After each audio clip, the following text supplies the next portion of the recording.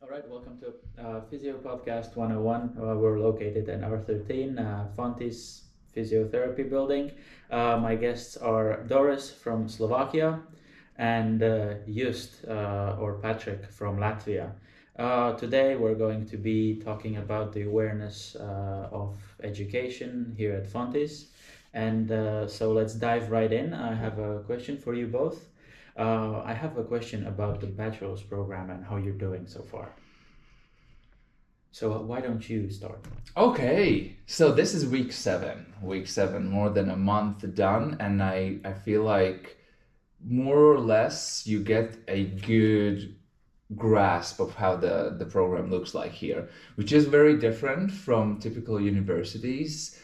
The biggest difference would be the fact that the work is related to portfolio system instead of typical exam system for different subjects.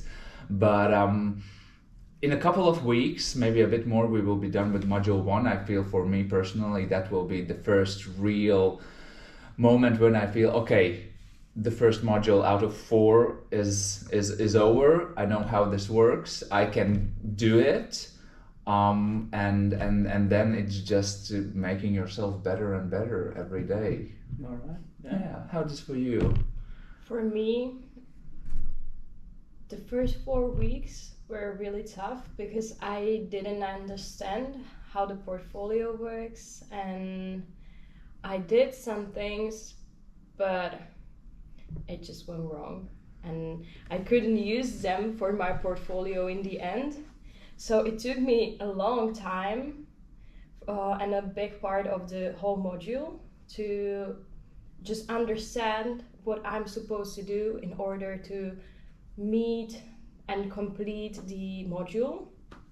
But I feel that right now I'm on the right track, and hopefully I'm gonna successfully complete the module and pass module 1. Yeah, right. That sounds good. So, Patrick, here you mentioned some portfolio and modules. So, would you mind elaborating on the portfolio system that you've mentioned? The main idea is that this study program has chosen to forego typical subject system, like today you're having anatomy, physiology, then biomechanics, or subjects like that. You have, I think we have 7 different subjects, including FCHM, 7 or 8, and every subject sort of connects dots from different areas of physiotherapy or healthcare in general. So for example, in explore lessons, which are the ones where you do more practical stuff, they will connect your knowledge of anatomy, a bit of physiology, then your hands-on skills, then your communication skills.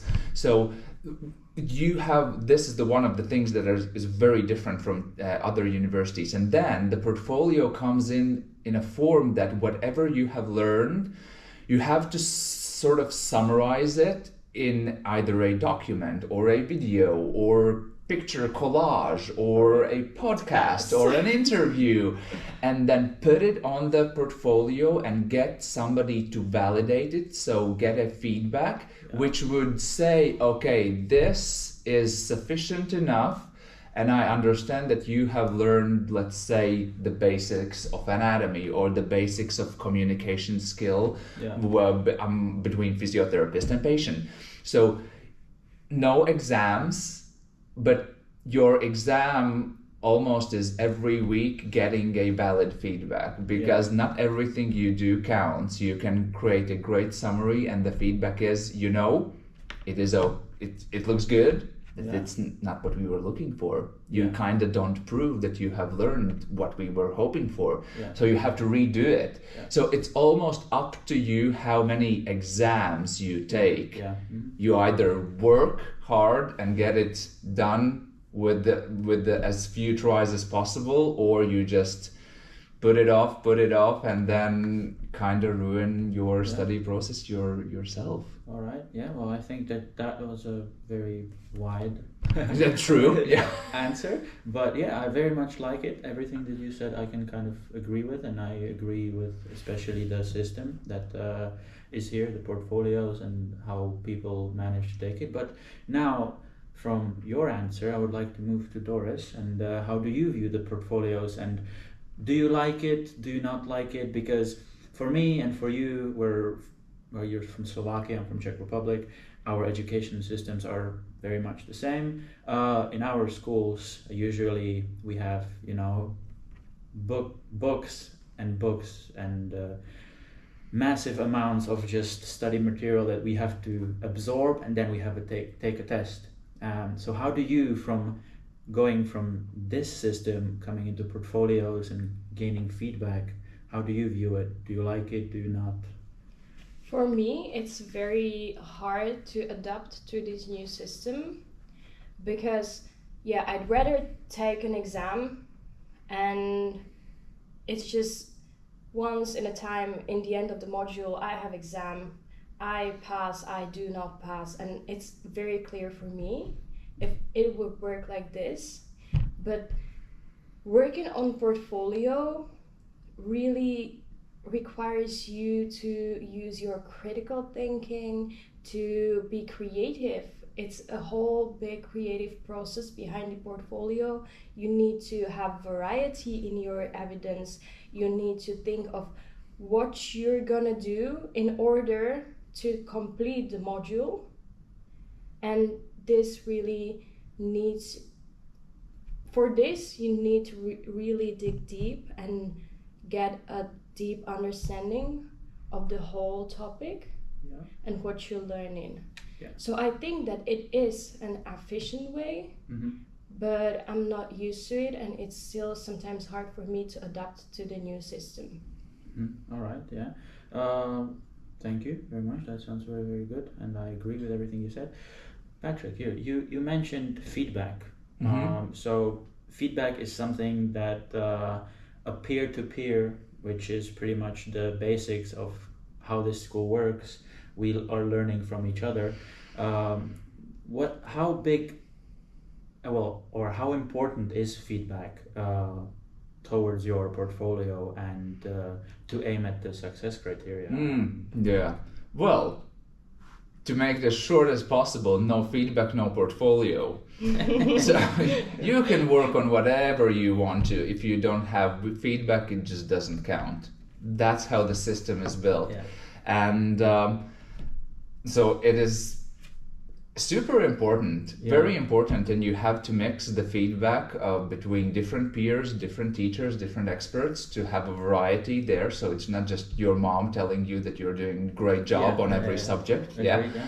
Or you telling me that I'm like terrible at every subject. Mix it up to see what's the majority. Okay. But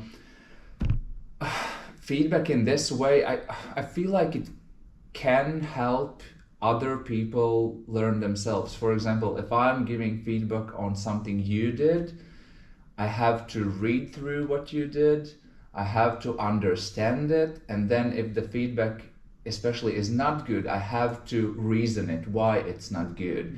It almost, checking upon your work makes me better because I have to reason why this is my opinion, why this is bad, or why this is good. I feel like it is a bit of an extra work for every student here to give the feedback, because some days you can have 5 feedback requests, some days none, some days 10, and you just have to reply to all of them. Some are going to be short, that's fine, but some are going to require your time. But if we look at what the biggest positive thing out of this, I think it's just for you to have a new way to understand things and maybe learn something that you didn't understand yourself even maybe before. Maybe I cannot answer your feedback request because I don't know what you're talking about. Then that requires me to study up on some things for the feedback to be good, valid, or the feed forward, my tips for you, my suggestions to you. So extra work maybe, yes, but could be very beneficial in overall comprehension of the subject that you are taking. Right, so to summarize it, basically feedback is to kind of enhance your persona, to kind of better your understanding of a certain topic or something like that.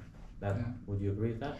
Yeah, that sounds about right. All right, well now let's go to you, Doris. I mean, do you like this feedback giving? Do you think that once you receive a feedback, you read through it and you can better yourself, or do you think that it's more of like less kind of a little exam, not only for you but also for the person who is giving the feedback, that they have to find some flaws and mistakes that you've made, but from that you can learn, or do you have maybe some other idea about it? How do you view it?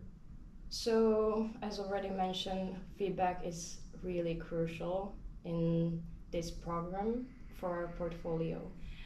For me, I found it hard because we both come from a very competitive environment, from our high schools, and giving someone positive feedback can be hard because you want to be better than the other person. That is true. And you would maybe like to give him the not as good feedback as you are supposed to, just because you want to be better and you want to just show that person that no, I know it better. I know that these are your flaws. You need to improve this. Yeah. Mm-hmm. So I think that this is the first hard thing about feedback. You really need to reflect on yourself and understand that you're not doing this only for yourself, but also for your peers. I would like to come back all the way to the first minutes of the video about the bachelor's program, because Doris here off camera mentioned good things that are well needed to be mentioned in this video interview / podcast. Physiotherapy Podcast 101. So the word is yours. So there are 3 phases of the bachelor's program. We are now in the propedeutic phase, is the year 1, and it's mostly about exploring the physiotherapy field, the role of a physiotherapist, and what are the different types of physiotherapy, and just the basic skills. And then we're gonna further develop and improve these skills during the main phase, which is stop 2 and year 3. And yeah, this phase is mainly focused on deepening the knowledge and more exploring the field, and really setting the goals and being aware what you want to do and how you want to in the future and how you want to do it. And there's also one big internship for half a year, and then there's the last phase called graduation phase. It's the year 4, in which you write your thesis and do one more internship. And one thing worth mentioning is also the minor. Minor can be either used as reassuring that you are here for a reason, because you really want to study physiotherapy and you really want to become a physiotherapist, or you can just further develop in something connected to physiotherapy field. So if I would like to do business for half a year, I can. But if I'm sure that I want to study physiotherapy and I want to further develop in this field, then I can maybe choose some minor related to this profession. All right, yeah. Thank you so much for elaborating on the bachelor's program. You mentioned quite often, well, before you guys started to laugh again, you mentioned internships. So I would actually like to kind of maybe elaborate on that topic of why the internships are important. What is the real purpose of them? Why we have to do them? What can we gain from them? And how can we learn from them in our professional kind of understanding of not only the profession but also of ourselves? Whereas you go to an internship and you take benefits of the profession, but you also learn something new which you can later on implement into your portfolio. So would you maybe elaborate on the internship topics, and then I would like to hear your opinion on it and also yours. So I would start here with Doris, because you were already talking. So the main goal of internship is really do the practical stuff in this setting, in real life setting, and get to know better the physiotherapy field profession, talk to already competent physiotherapists, further develop your knowledge, deepen your knowledge, and I think it's really good that we have the opportunity to almost work as a physiotherapist during our study, so it doesn't start after. Yeah. And we, after finishing the degree, then we are able to already work. But I think that it's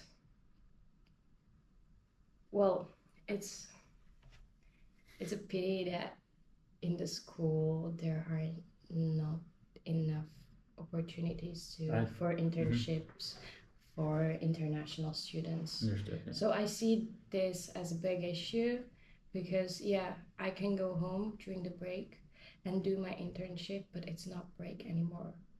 Anyways, all right. So to summarize kind of what you said, you value internships as something where you can better yourself at understanding and learning.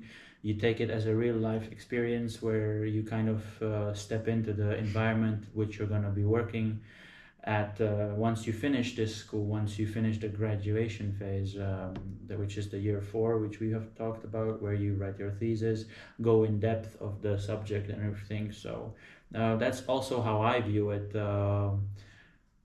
how I view internships, because I believe that internships are there to help us understand the subject that we're studying, the field that we want to study, and we can also improve there and better our skills. But now to you, JP, Patrick, Just, what do you think of internships? Do you have experience with internships? Because I know that you have a very broad history of being a masseur, also with your education. So how do you view internships different than Doris here? So. I think this is one thing that I can 100% say that I like about this program. If I compared it to any other educational system back home, then I would never be able to imagine doing internship on the first week. Mm-hmm. So how I did it here through FCHM, the FONTYS Center of Health and Movement, very first week, where in most cases you are just a blank page. Yeah. You are most like a zero, and they still offer you opportunity to go to an environment where physiotherapist works with a patient, and that links all you study in school very well to the real life. Yeah. For me, that is a key to not get bored with studies. It is so easy to study month after month, new topic after new topic, but you just don't really see how that's applied in real life. Yeah. And here you maybe just know 1% of something, but you can apply that 1% in practice. That is amazing. I think those opportunities should be given in any study program more sooner, because I think in Latvia, I wouldn't imagine first internship sooner than by the end of year 1, maybe year 2. And doing it, still saying it out loud, doing it on first week of first year seems kind of silly, because how much you can really do.